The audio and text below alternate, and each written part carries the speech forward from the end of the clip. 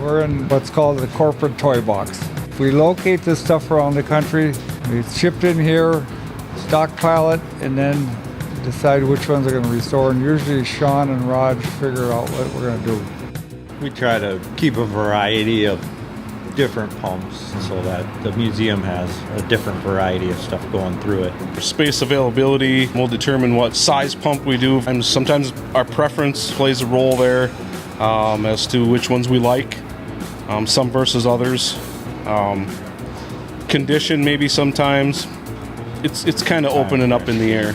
All right, so we walk in here and we kind of can look at what we have here for our choices. We may pick this white Tokheim 36 right here to do, just for the simple fact that it appears to be pretty complete. Our time frame may be a little bit tight on this, and it's something maybe we can get done in a hurry and get it out there for you guys to see.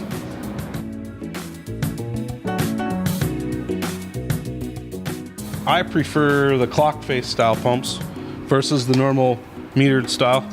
I like the newer ones, more rounded. They're just kind of blank. It's a canvas for me to paint on, I guess, and I just like the design.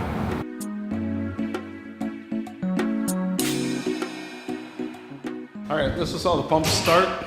This is one we picked out from down in the toy box.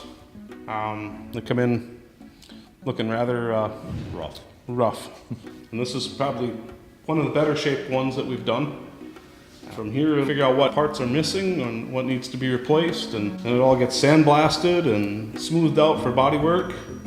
We have books like this here that we can reference. A lot of times the pumps will come in and they'll have missing parts and pieces. We can go in here and get a good idea of what's missing, what we need to order, what we don't need to order, many varieties of different things in these books. And then we decide what logo we want on it, what kind of a gas pump, and then that's when I start building the decals or stencils, whichever way we're going to do, and then we can go with a paint scheme from there, because we match all the pumps to the decals that are on it. We like to use every color that's in the decal.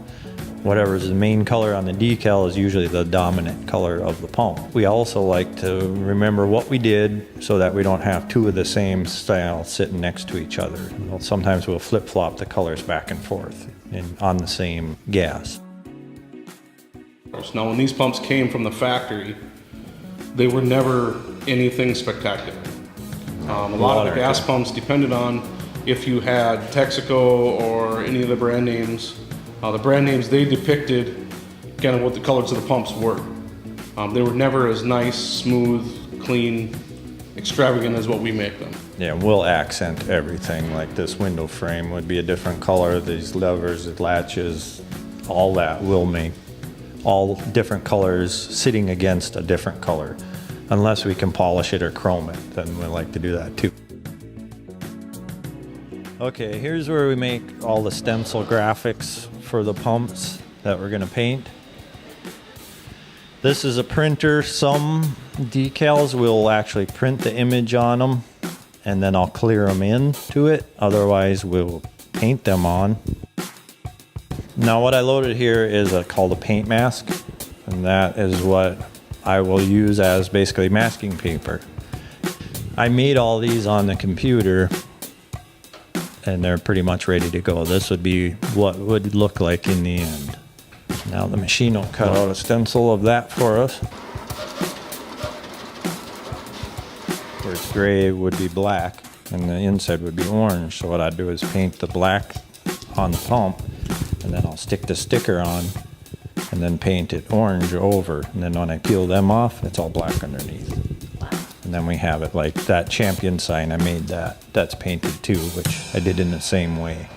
We'll find stuff, like a lot of times Roger will just lightly sand something and he'll find another label or something beneath the layers and stuff. And we found too that a lot of stuff was actually made in Minnesota way back in the years. I love the history that they have, what they can bring about, and what I can teach others about them. You know, I get done with one and I'm ready to work on another one. Just to learn more and be able to do the research online and in books and find out what it is. And we generally like to do that So when the pump is done and it's ready to be delivered to the museum, we kind of have a little packet of information that we can pass along with it. Something that they can build on to continue on so others can learn more about it. It's good to hear, you know, the people appreciate what we've done.